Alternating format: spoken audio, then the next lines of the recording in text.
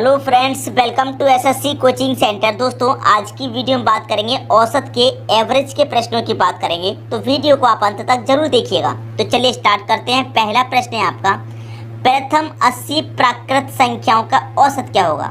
प्रथम 80 की बात करेंगे तो 1 से स्टार्ट होगा, 2, 3, 4 और ये कहाँ तक जाएगा दोस्तों, 80 तक जाएगा। हमें 80 तक का औसत पता करना है, ठीक है। तो इसके लिए दोस्तों एक ट्रिक है, वो ट्रिक मैं आपको बताता हूँ कि आपको संख्याओं के बीच का अंतर देखना है। 1 और 2 का अंतर 1 आएगा, 2 और 3 का बीच का अंतर 1 आएगा, 3 और 4 का अंतर आपका क्या है दोस्तों, समान है। जो अंतर चल रहा है क्वेश्चन में वो समान चल रहा है। जब समान अंतर चलेगा तो एक ही ट्रिक लगा देनी है आपको, first plus last divided by 2, ठीक है। तो फर्स्ट कौन सी संख्या है आपकी, 1 है, प्लस लास्ट कौन सी है, 80 है, डिवाइडेड बाई 2। भाई 1 और 80 को आप जोड़ेंगे कितना हो जाएगा, 81 हो जाएगा। और 81 में 2 से डिवाइड कितना हो जाएगा दोस्तों, 40.5। ये आपके प्रश्न का सही आंसर आ जाएगा। उम्मीद करता हूँ सभी को अच्छे तरीके से बात आ गई है समझ में, लेकिन वीडियो को अंत तक देखेंगे तो कोई भी डाउट नहीं बचेगा, सभी प्रश्नों को आप समझ पाएंगे, ठीक है दोस्तों। अब देखते हैं अगला प्रश्न। अगला प्रश्न है, लगातार 20 तक की प्राकृतिक संख्याओं के वर्गों का औसत क्या होगा। यहाँ पर प्रश्न बदल दिया है, बिल्कुल वर्गों का औसत पूछ रहा है। लगातार 20 तक, लगातार 20 तक का मतलब है कि 1 का वर्ग, ठीक है, 2 का वर्ग, 3 का वर्ग, ऐसे ही दोस्तों कहाँ तक, 20 तक के वर्ग का औसत, ठीक है। तो पिछले क्वेश्चन में वर्ग नहीं दे रखे थे तो हमने समझ लिया कैसे करना है, लेकिन इस बार वर्गों का औसत पता करना है। तो इसके लिए दोस्तों एक फॉर्मूला होता है, n+1 into 2n+1 divided by 6। ये फॉर्मूला होता है दोस्तों, इस फॉर्मूले से ही प्रश्न सॉल्व होगा। ये वाला n क्या होता है, n होता है दोस्तों आपकी जो लास्ट वाली संख्या है वो, तो लास्ट वाली संख्या 20 है, तो n की जगह 20 रखेंगे, 20 में +1 करेंगे तो कितना हो जाएगा, ये आपका 21 हो जाएगा। क्लियर यहाँ तक बात। अब यहाँ पर n आपका 20 है, 20 का मल्टीप्लाई 2 में करेंगे 40, 40 में 1 जोड़ देंगे कितना हो जाएगा, 41। 41 हो गया, डिवाइडेड बाई कितना, 6। अब इसको सॉल्व कर लीजिए, आंसर आ जाएगा। 3 से 2 बार में कटेगा, 3 7 21 7 बार में कटेगा, ठीक है, 7 बार में। अब 7 का मल्टीप्लाई मैं करूँगा 41 से, तो 7 एकम कितना हो जाएगा, 7 हो जाएगा, और 7 चौके 28 हो जाएगा।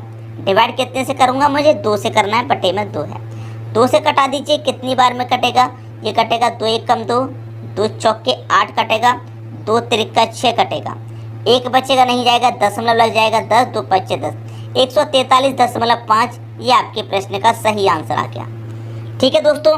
बस फॉर्मूले को आप याद रखेंगे तो आप इन प्रश्नों का औसत निकाल पाएंगे, ठीक है। अब देखिए, स्क्वायर वाले वर्ग वाले का फॉर्मूला अलग है, अगर घन का पूछा जाएगा मतलब क्यूब का पूछा जाएगा तो क्यूब का फॉर्मूला अलग रहेगा, ठीक है। अब देखते हैं अगला प्रश्न। अगला प्रश्न है, प्रथम 16 प्राकृत संख्या के घनों का औसत क्या होगा। अब इस बार घनों की बात कर रहा है, अभी तक वर्ग देख लिया हमने, अब घन की बात कर रहा है 16 तक, मतलब 1 का घन, 2 का घन, 3 का घन, 4 का घन, इसी तरीके से दोस्तों कहाँ तक जाएंगे, 16 के घन तक जाएंगे। इन घनों का औसत पूछ रहा है आपसे। तो मैंने पहले कहा था कि वर्ग के लिए अलग फॉर्मूला रहेगा, अगर घन पूछा जाएगा उसके लिए अलग। तो घन के लिए क्या फॉर्मूला रहेगा, n इंटू n+1 का होल स्क्वायर डिवाइड में कितना, 4 रहेगा।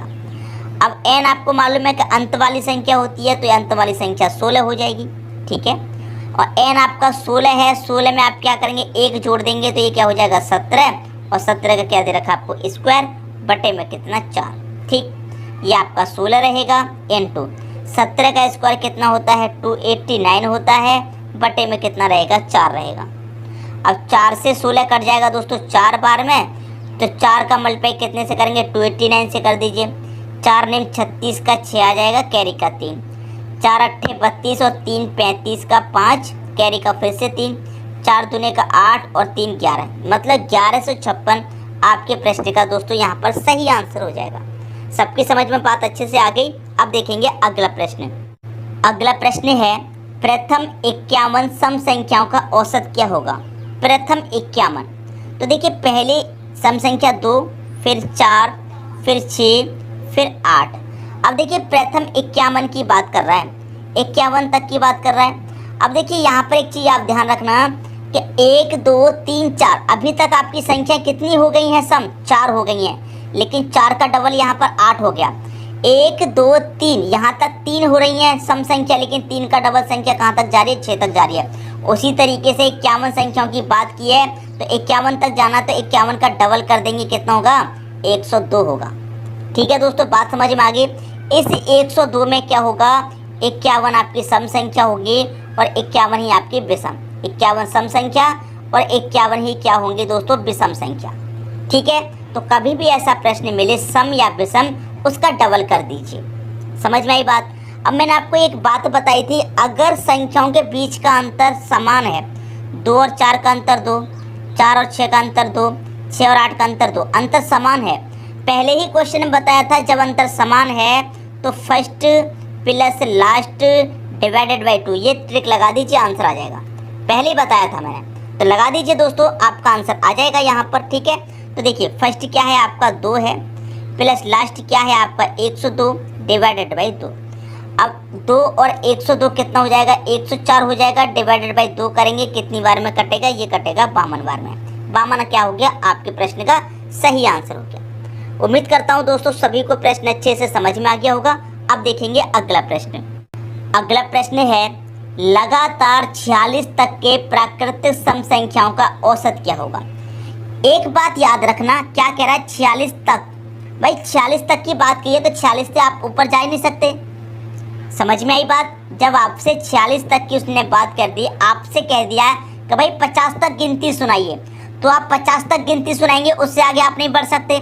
अगर आपसे कह दिया कि लगातार 46 तक, तो 46 से आगे आप नहीं बढ़ सकते।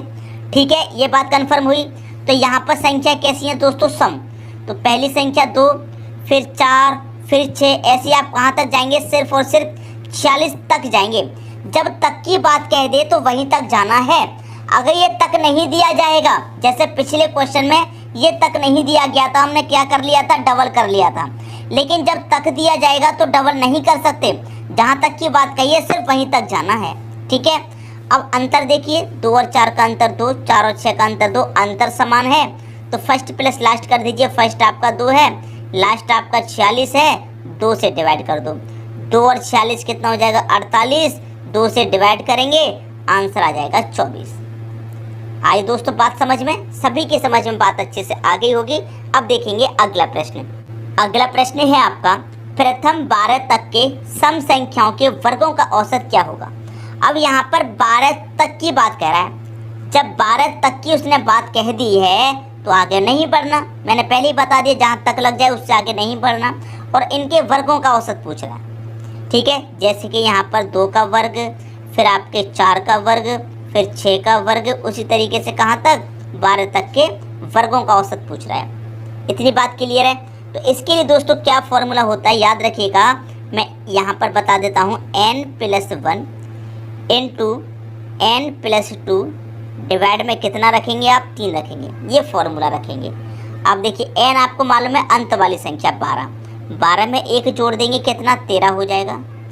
इंटू n आपका 12, 12 में 2 जोड़ देंगे कितना हो जाएगा? 14 हो जाएगा। डिवाइडेड बाई कितना? 3 रहेगा। ठीक है, अब देखिए 13 का और 14 का मल्टीप्लाई कर लीजिए।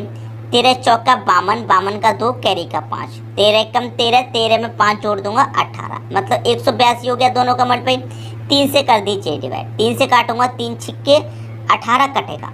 3 छिक्के 18 कटेगा, 2 में नहीं जाएगा तो क्या लग जाएगा? 0 लग जाएगा।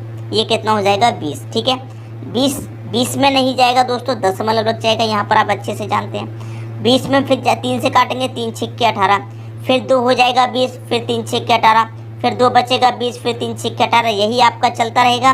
तो यही जब आपका बार बार चलता रहेगा तो इसे क्या लिख सकते हैं? 60.67 लिख के आंसर कर सकते हैं। ये बात आप बहुत अच्छे से जानते होंगे।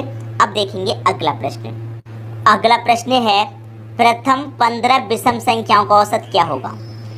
15 विषम, ये 15 तक की बात नहीं कही गई, याद रखिएगा। 15 तक की बात कह देता तो हम 15 से आगे नहीं बढ़ सकते थे, लेकिन 15 तक बात नहीं कही गई है तो 15 विषम संख्याओं की बात कर रहा। तो पहली विषम संख्या कितनी होती है दोस्तों? पहली विषम संख्या रखेंगे, फिर दूसरी विषम संख्या, तीसरी विषम संख्या, जैसे कि पहली विषम संख्या 1, फिर आ जाइए 3, फिर आ जाइए 5, फिर आ जाइए 7, इस तरीके से चलेंगे। तो कहाँ तक की बात कर रहा है? अब देखिए 1 2 3 4 चार संख्या, लेकिन कहाँ तक पहुँच गए हम? 7 तक पहुँच गए। उसी तरीके से इसका डबल कर देंगे, मैं आप बता रहा हूँ आपसे, तो 15 का डबल हो जाएगा 30। ठीक है, 15 का डबल 30 हो गया। अब 30 में क्या है? 15 संख्या आपकी सम होंगी और 15 ही संख्या आपकी क्या होंगी? विषम होंगी। ठीक है, 15 ही संख्या विषम।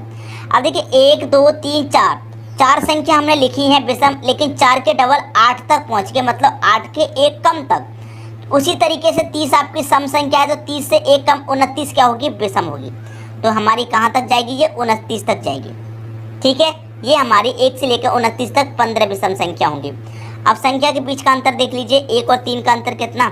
2, 2 और 5 का अंतर 2, 5 और 7 का अंतर 2। अंतर जब समान रहता है तो मैंने क्या बताया? First plus last divided by 2।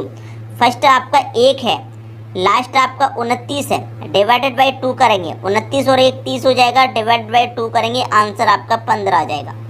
ये आपके प्रश्न का आंसर आ गया। सभी की समझ में प्रश्न अच्छे तरीके से आ गया होगा। अब देखेंगे अगला प्रश्न। अगला प्रश्न है 100 तक सभी विषम संख्याओं का औसत क्या होगा? अब बात कह दी यहाँ पर 100 तक, तो 100 से आगे हम नहीं बढ़ सकते। जैसे कि 1 होगी विषम, फिर 3, फिर 5, फिर 7, ऐसे कहाँ तक? 100 तक। 100 से आगे नहीं बढ़ सकते। लेकिन जब हमारा अंतर समान है, अंतर समान चल रहा है 2 2 का, तो first plus last divided by 2 हमको मालूम है। First 1, last 100 divided by 2। ठीक है, तो ये कितना हो जाएगा? देखिए यहाँ पर थोड़ी सी गलती हो गई है। गलती क्या हो गई है? मैंने अभी ध्यान दिया। आपसे कह रहा है कि 100 तक सभी विषम संख्याओं का औसत, विषम की बात कर रहा है, लेकिन 100 तो हमारी सम है, तो 100 से पहले हमारी विषम संख्या आएगी दोस्तों 99।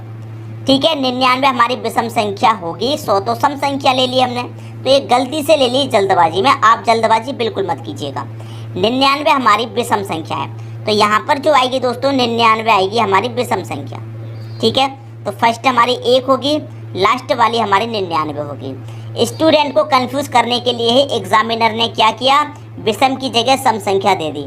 लेकिन सम से पहले, 100 से पहले कौन सी सम विषम आएगी? 99 आएगी, याद रखिएगा।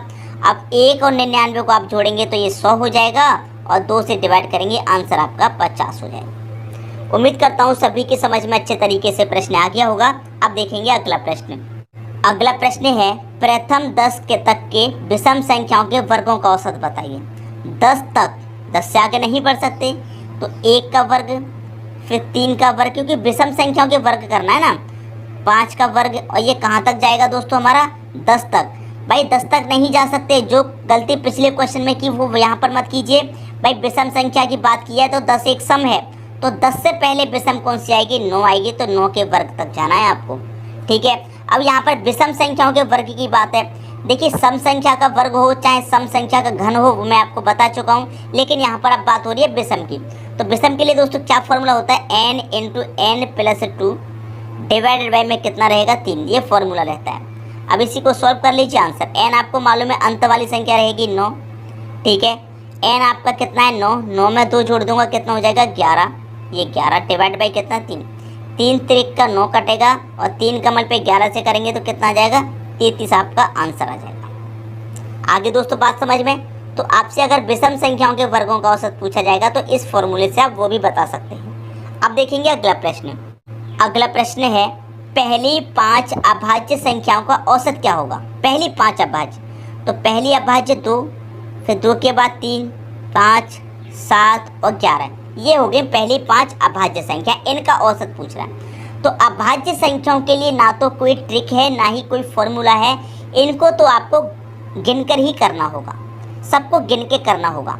तो सबको मैं गिनूंगा, कितना है? 2 3 5, 5 और 5 10, 10 7 17, 17 में 11 जोड़ो 28, सभी का योग 28 आएगा। और जितनी संख्या है उतने से डिवाइड करेंगे। 1 2 3 4 5 संख्या है तो 5 से डिवाइड कटा लीजिए। 5 25 25 कटेगा, 3 बचेगा, नहीं जाएगा, 10.30 हो जाएगा। 5 6 30, तो 5.6 ये इस प्रश्न का आंसर आ गया। पहली 5 अभाज्य संख्याओं का औसत क्या होगा? 5.6। उम्मीद करता हूँ सभी की समझ में प्रश्न बहुत अच्छे से आ गया होगा, किसी को भी प्रश्न में कोई समस्या नहीं होगी। उम्मीद करता हूँ जितने भी क्वेश्चन कराए हैं सभी आपको बहुत अच्छे से समझ में आ गए होंगे। ठीक है दोस्तों, वीडियो देखने के लिए आपका बहुत बहुत धन्यवाद।